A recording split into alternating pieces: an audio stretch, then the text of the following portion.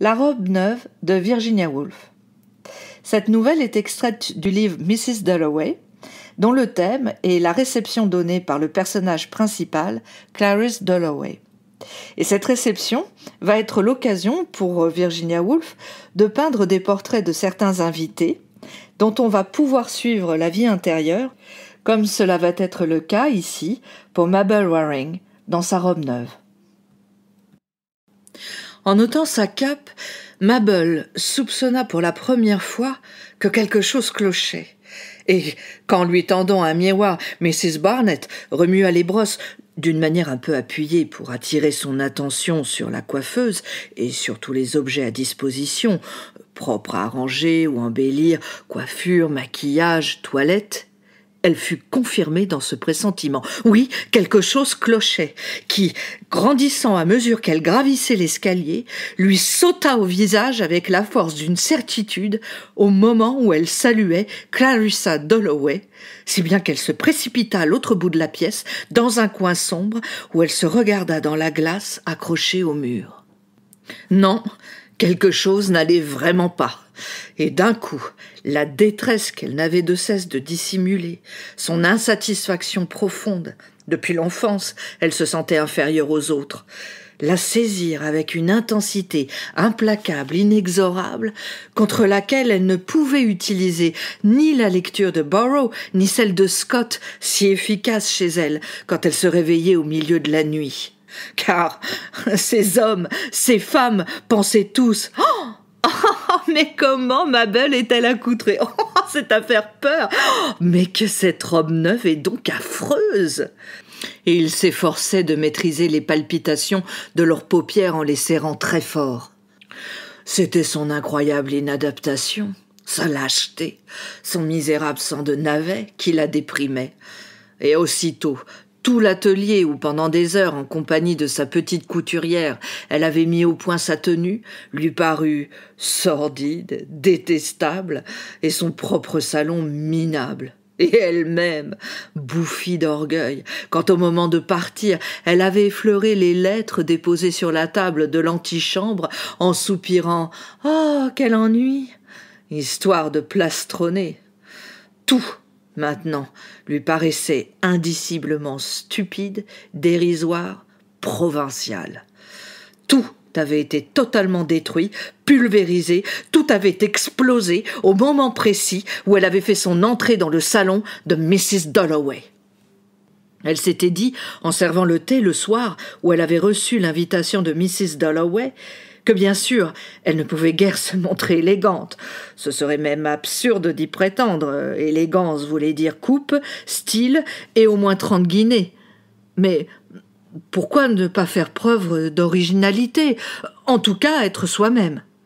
Elle était allée chercher le vieux catalogue de mode de sa mère, mode parisienne de l'Empire.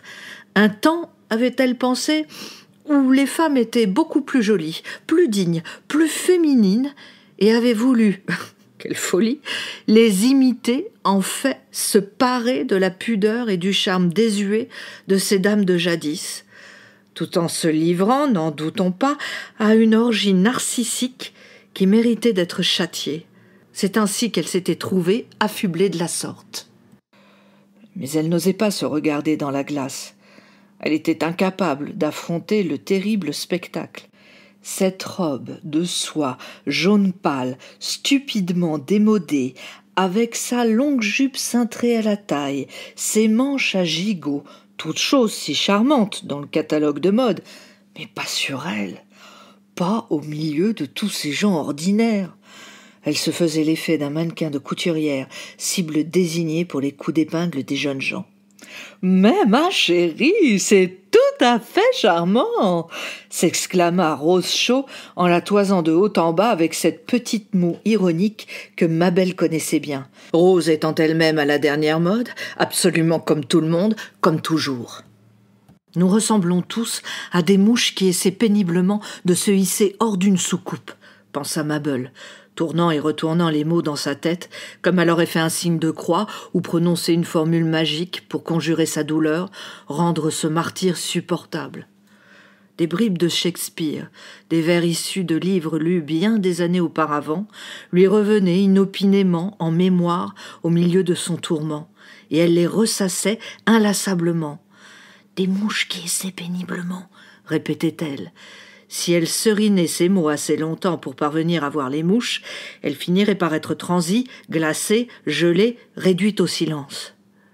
À présent, elle voyait des mouches se traîner hors d'une soucoupe de lait, les ailes toutes collées, et elle faisait des efforts surhumains, debout devant le miroir, à l'écouter, pour arriver à voir Rosechaud et tous les autres comme des mouches, cherchant à se hisser hors de quelque chose ou à y pénétrer, pauvres mouches, malingres, insignifiantes et laborieuses. Mais ça ne marchait pas pour les autres.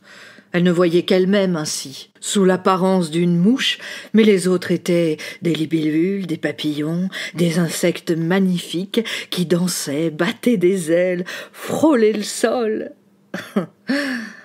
Elle seule se soulevait lourdement par-dessus le bord de la soucoupe. L'envie et la rancœur, les plus détestables des vices, étaient ses principaux défauts. Oh, je me sens comme une vieille mouche mal fagotée, décrépite et affreusement minable, dit-elle assez fort pour arrêter Robert Hayden, juste pour se rassurer, en ressuscitant une pauvre image rebattue et ainsi faire valoir son détachement, son esprit, en montrant qu'elle était tout à fait dans le coup. Bien entendu, Robert Hayden lui fit une réponse très polie, très hypocrite, qui ne la trompa pas un seul instant. Et à peine était-il parti qu'elle se dit, encore une citation, « Mensonge, mensonge, mensonge !» Car une réception peut rendre les choses beaucoup plus ou beaucoup moins réelles, pensait-elle. En un éclair, elle avait sondé le cœur et les reins de Robert Hayden. Elle perçait tout à jour. Elle voyait la vérité. Ceci était vrai, ce salon, ce moi, et l'autre était faux. Le petit atelier de Miss Millan était terriblement chaud, étouffant, sordide. Il sentait les vêtements et le chou bouilli. Et pourtant, quand Miss Millan lui avait mis le miroir dans la main et qu'elle s'était vue vêtue de la robe terminée, une extrême félicité l'avait inondée. Nimbée de lumière, elle naissait à la vie. Débarrassée de ses soucis et de ses rides, elle réalisait son rêve, être une beauté. L'espace d'une seconde, elle n'avait pas osé se regarder davantage, car Miss Millan voulait son avis sur la longueur de la jupe. Dans le cadre en acajou chantourné, elle vit une charmante demoiselle, aux cheveux gris clair, la contempler, un sourire mystérieux sur les lèvres, son âme, son être même. Et ce n'est pas uniquement par vanité ou amour-propre qu'elle avait trouvé cela bon, tendre et véridique. Miss Millan déclara qu'il valait mieux ne pas rallonger la jupe. À la rigueur, ajouta-t-elle en plissant le front dans un effort intense de réflexion, on pourrait la raccourcir. Et d'un coup, Mabel débordait d'un amour sincère pour Miss Millan, plus fort que pour n'importe qui. Et elle faillit pleurer de pitié de la voir se traîner à ses pieds, la bouche pleine d'épingles, le visage congestionné et les yeux hors de la tête. De voir un être humain faire une telle chose pour un autre, et on était tous de simples êtres humains, y compris elle-même en route pour sa réception, et Miss Millan couvrant la cage du canari ou lui offrant à picorer entre ses lèvres une graine de chènevis. Et à cette pensée, la pensée de ce côté de la nature humaine, avec sa patience, son endurance et sa résignation devant ses sordides, ses misérables menus plaisirs, les larmes montèrent à ses yeux. Et maintenant, tout avait disparu. La robe, l'atelier, l'amour, la pitié, le miroir chantourné et la cage du canari, tout s'était effacé et elle restait plantée là, dans un coin du salon de Mrs. Dalloway, en proie à 1000 tourments, les yeux grands ouverts sur la réalité. Mais à son âge, et alors qu'elle était mère de 2 enfants, quelle mesquinerie, quelle lâcheté et quelle étroitesse d'esprit d'être encore si totalement esclave de l'opinion d'autrui, de n'avoir ni principe ni conviction et d'être incapable de dire comme les autres « Oh, il y a Shakespeare et il y a la mort, nous sommes tous des charançons dans un biscuit de soldat !» Bref, tout le blabla habituel. Elle se regarda bien en face dans le miroir. D'une chiquenaude rectifia son épaulette gauche, elle sortit de l'ombre et entra dans le salon, comme transpercée par des javelines lancées de toutes parts sur sa robe jaune. Mais au lieu de foncer, la mine farouche et tragique ainsi que Rothshaw l'eût fait, Rothshaw aurait joué les Boadicée. Elle avait l'air idiote et timide, et minaudait comme une écolière quand elle traversa furtivement la pièce, l'oreille basse, littéralement comme un chien battu, un bâtard pour aller regarder une estampe. Comme si on allait à une soirée pour contempler un tableau. Ah, tout le monde voyait clair dans son jeu. Elle était honteuse, humiliée. Maintenant, la mouche est dans la soucoupe, se dit-elle, en plein dedans. Elle ne peut pas s'en sortir. Et pensait-elle, les yeux fixés sur l'estampe, elle a les ailes poissées de lait. « Qu'est-ce qu'elle est ringarde !» déclara-t-elle à Charles Burt, l'obligeant à s'arrêter, ce qu'il détestait, alors qu'il allait parler à une autre personne. Elle parlait du tableau, ou plutôt, elle essayait de se convaincre que c'était la gravure, et non sa robe, qui était ringarde, et un seul mot de Charles, compliment ou marque de sympathie, eût retourné la situation en sa faveur sur le champ.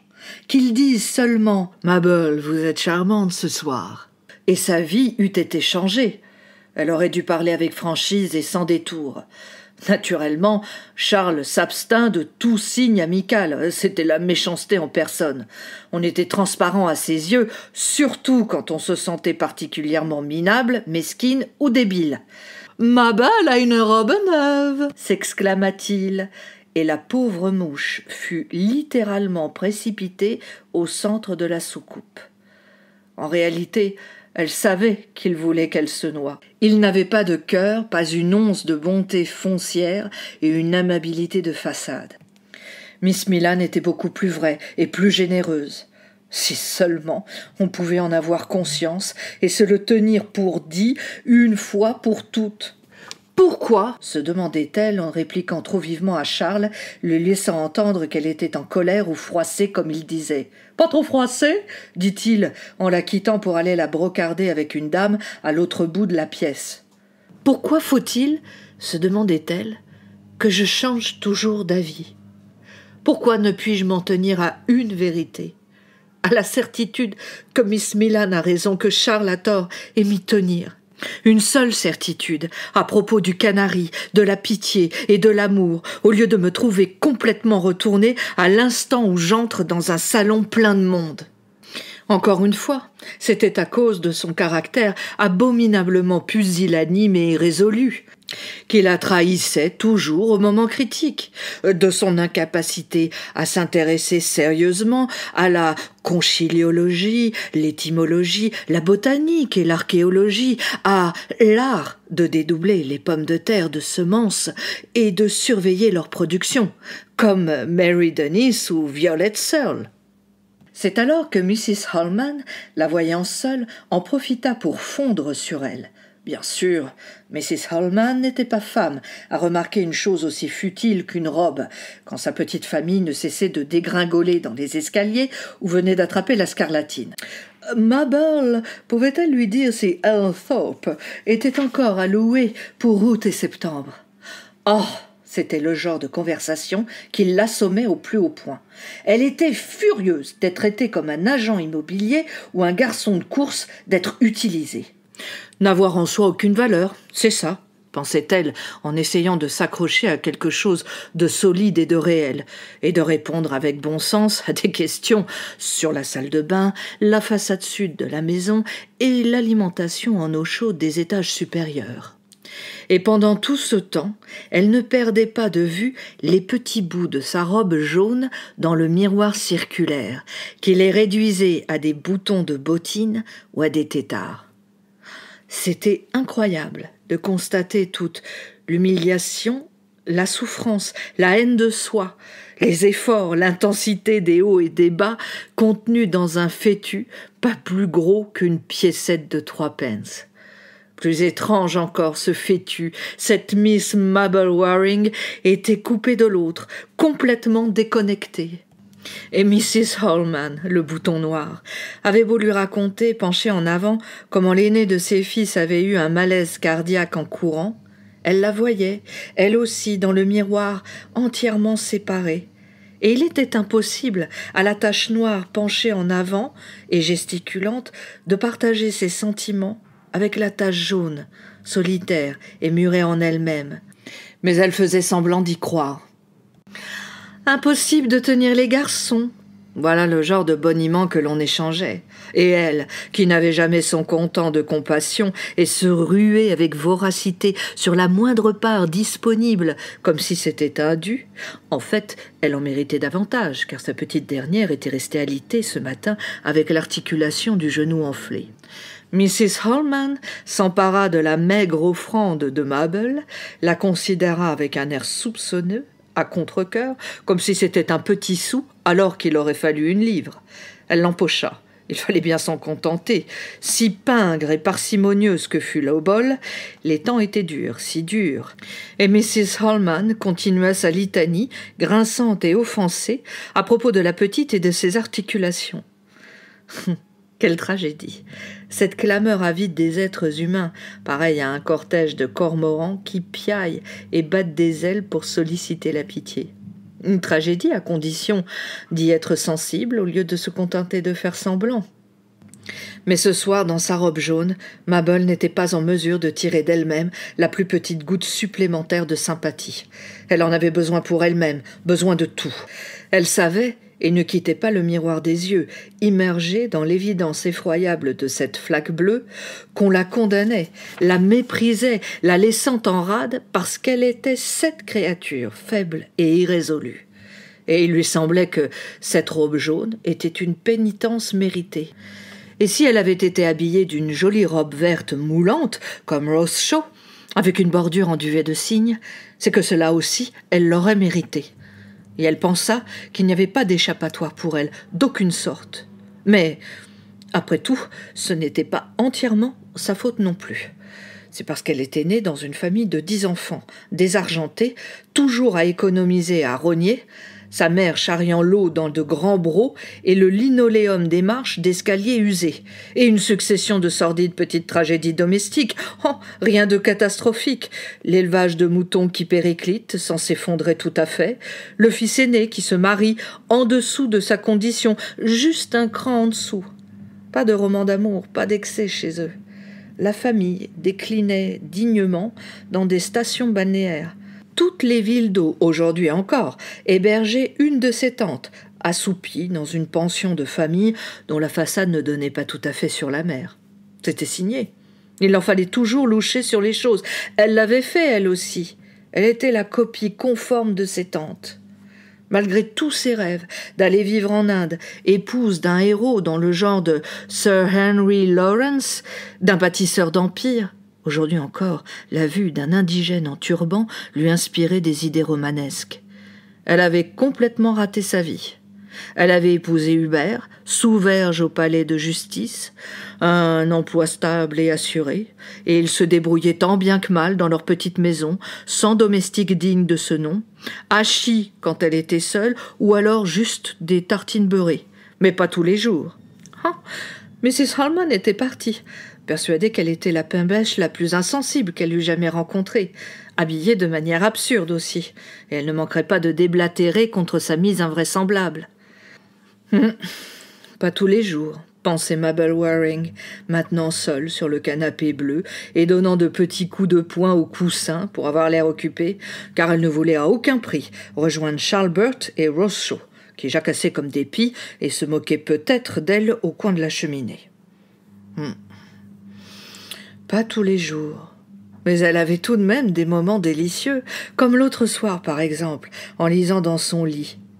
Ou bien à Pâques, quand elle avait pris un bain de soleil sur la plage, qu'on la laisse s'en souvenir. Une grande touffe d'ajoncs pâles dressait son faisceau de hallebarde tout emmêlé vers le ciel uniformément bleu, comme un œuf de porcelaine tout lisse, ferme et dur, et par-dessus la mélodie des vagues. « Chut, chut !» disait-elle, et les cris des enfants qui pataugeaient. Oh oui, un moment divin. Elle était dans la main de la déesse univers, une divinité au cœur dur mais très belle. Et elle, un petit agneau de lait sur l'autel du sacrifice. On avait bien le droit d'avoir des pensées aussi idiotes, du moment qu'on ne les disait jamais. Et aussi avec Hubert, parfois, au moment les plus inattendus, en découpant le gigot pour le déjeuner dominical, sans raison. en ouvrant une lettre, en entrant dans une pièce. Elle aussi avait de ces moments divins qui lui faisaient penser, car elle n'en avait jamais parlé à qui que ce soit. « Ça y est, c'est arrivé, ça y est !» Et le contraire était tout aussi surprenant, c'est-à-dire quand tout était au point, la musique, le beau temps, les vacances, tout ce qu'il fallait pour être heureux, et que rien ne se produisait, rien du tout. On n'était pas heureux, tout était plat, uniformément plat, et voilà tout. La faute à son fichu caractère aussi, c'est sûr. Elle avait toujours été une mère inquiète, faible, insuffisante, une épouse flageolante qui promenait mollement une sorte d'existence crépusculaire où rien n'était clair, déterminé, rien ne se détachait du reste. Pareil à ses frères et sœurs, à l'exception de Herbert peut-être, qui avaient tous le même sang de navet dans les veines et ne faisaient rien de leur vie. Et puis au milieu de cette existence de cloporte, au ras du sol, une vague survenait qui l'enlevait sur sa crête. La misérable mouche, mais où donc avait-elle lu cette histoire de mouche dans une soucoupe qui hantait sa pensée? S'en sortait à force de lutter. Oui, cela lui arrivait. Mais maintenant, à 40 ans, ces instants risquaient de se raréfier. Peu à peu, elle allait cesser de se battre. Mais c'était déplorable, c'était intolérable. Elle avait honte d'elle-même. Elle irait à la London Library demain. Elle dénicherait tout à fait par hasard un livre merveilleux, utile, étonnant, œuvre d'un ecclésiastique américain dont personne n'avait jamais entendu parler. Ou bien, en se promenant dans le Strand, elle atterrirait à l'improviste dans une salle de conférence où un homme raconterait sa vie de mineur de fond, ce qui soudain ferait d'elle une autre femme. Elle serait complètement métamorphosée. Elle porterait un uniforme et on l'appellerait Sœur Machin Chose. Elle n'attacherait plus aucune importance à la toilette, jamais. Désormais, elle saurait parfaitement à quoi s'en tenir sur Charlbert, Miss Millan, ce salon et cet autre. Et jour après jour, elle serait comme si elle était étendue au soleil ou découpait le gigot. Ce serait arrivé. Elle se leva du canapé bleu, en même temps que le bouton jaune dans le miroir. Elle fit un signe de la main à Charles et Rose pour leur montrer qu'elle ne comptait pas le moins du monde sur eux. Le bouton jaune s'effaça du miroir, et le cœur hérissé de javeline, elle se dirigea vers Mrs. Dalloway pour lui dire « Bonsoir !»« Mais c'est trop tôt pour partir », dit la toujours aussi charmante Mrs. Dalloway. « Il le faut, hélas !» répondit Mabel Waring, puis elle ajouta de sa petite voix chevrotante qu'elle ne réussissait qu'à rendre ridicule en essayant de la faire rire. « J'ai passé une excellente soirée !»« J'ai passé une bonne soirée !» dit-elle à Mr. Dalloway qu'elle rencontra dans l'escalier. « Mensonge, mensonge, mensonge !» pensait-elle en descendant l'escalier. « Et droit dans la soucoupe !» se dit-elle en remerciant Mrs. Barnett qui l'aidait à s'envelopper encore et encore et encore dans la cape chinoise qu'elle portait depuis 20 ans.